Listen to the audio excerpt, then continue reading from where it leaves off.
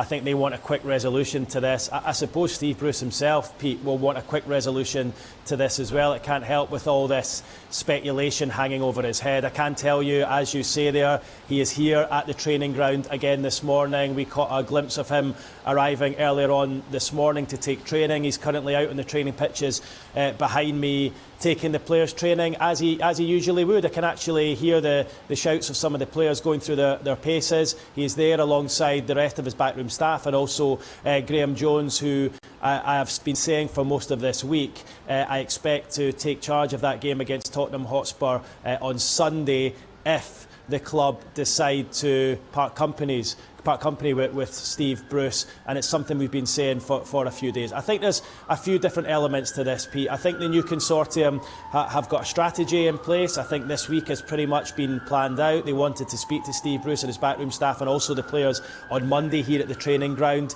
They did that. It's the first time they visited the place. We saw the pictures of Amanda Staveley and her husband, Mehrdad Guddusi, here. They wanted to do that. I'm heard that talks were fairly informal and pleasant with Steve Bruce and also the players as well, so they've got that strategy in place. They've also said from the word go they don't want to make any knee-jerk reactions, they don't want to make any quick decisions, and they want to just think about things first. So that would tally with the fact that we're still stood here on Wednesday morning, some 6 days after they purchased the club from Mike Ashley last week. And also you've got to remember, Steve Bruce has got a pretty hefty payoff at close to £8 million, and I don't think it's a simple thing as just handing him a cheque and asking him to walk away. There's contractual issues that need to be spoken about and sorted really as well. So there's a few different elements to this. I know a lot of the Newcastle supporters, they've voted really with their feet, and they've said that they want Steve Bruce to go, but he's still in situ right here,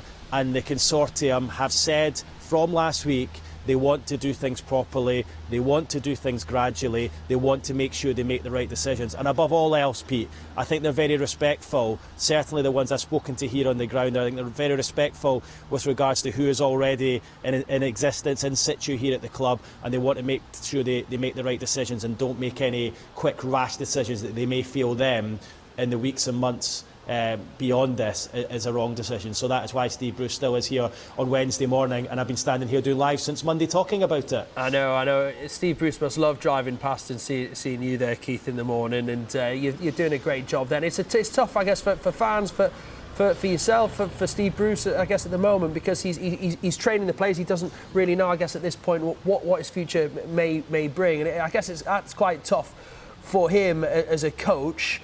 Will there be any difference in the way, do you think, he's preparing the players for Sunday? I mean, he must have it in the back of his mind, this uncertainty at the moment.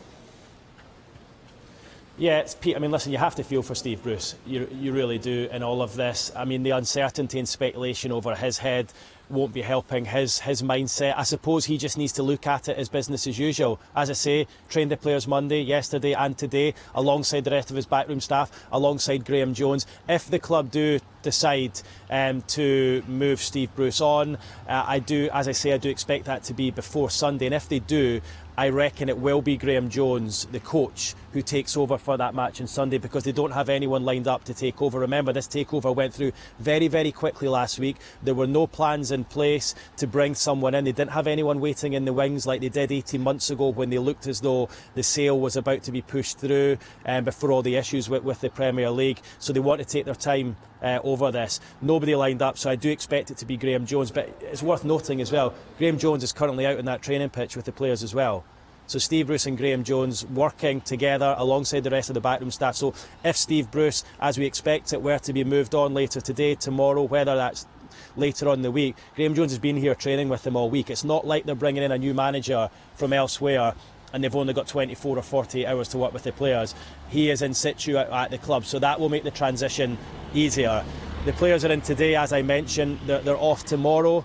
That potentially leaves some space for a decision to be made. But on the flip side of things, Steve Bruce will be looking at this and thinking, well, the longer this goes on, the more opportunity I have to make an impression. And I believe that the conversations he had with the consortium on Monday were very, very positive. So we'll see what happens. I do expect him to be relieved of his duties because I think the consortium will want a clean slate moving forward. They're aware what the supporters think. They'll have seen the poll on the Newcastle United Supporters Trust last week. 95% of those who voted said they wanted Steve Bruce to leave. That was, of course, before the takeover happened. But yeah, you have to feel for Steve Bruce. We were due to speak to him yesterday as part of right holders' interviews ahead of Sunday's game. It was something the club had organised, and I think it was supposed to be a bit of a special event because Sunday was supposed to be Steve Bruce's 1000th match as a manager in charge, so it was supposed to be a big event for him. Obviously that has been postponed to later in the week. The club well in their rights to do that due to the fact that they've got plenty of days before the game. I think that just to take a little bit pressure off him with the speculation, with the uncertainty, with us guys standing outside talking about this hour after hour. Difficult situation for Steve Bruce. The time is not helping things, but I suppose he just needs to carry on and get on with his job and wait until there is some clarity, of which we are yet to hear. And one more, Keith, from me. I mean, interestingly, you look at the difference a week can make. Newcastle have been linked with every single player on the planet, every single manager as well. I've seen so many different names. I'm sure you're getting as many messages as I am from people suggesting different names and so on. It would seem, though, that the consortium are taking their time. But would the message to Newcastle fans be at this point just to not read too much into all of these names flying around at the moment? Or, do you think whilst this is all going on, the consortium are making plans for January and potential managers down the line? Or do you not think they're quite at that stage yet? Yeah, listen, I think they will be looking into who's available. I think that will have been the case since last week. It would be remiss of them not to do that. I don't think they're in a position where they're in talks or have approached anyone. I honestly think they've got enough on their plate dealing with the situation that's here. Steve Bruce is still in situ. They'll want to deal with that situation before they bring anyone else. As I say, you've got Graham Jones here in an interim period should they decide to go down that route. I alluded to it earlier, there were no plans in place for this takeover, not like there were 18 months ago when they pretty much had Rafa Benitez lined up to come to the club. That isn't the case anymore, so they're starting from a bit further back on the grid this time, so they want to just take their time and make sure they get it right. And I think that's kind of been shown this week. What are we now, 6 days since the takeover happened? I think a lot of Newcastle supporters wanted a lot more to have happened by now, but the thing is they can't sign any players till January anyway, so they do have time on their side. If they did decide to keep Steve Bruce in for a game or two or whatever, or to maybe prove what he can do, then so be it.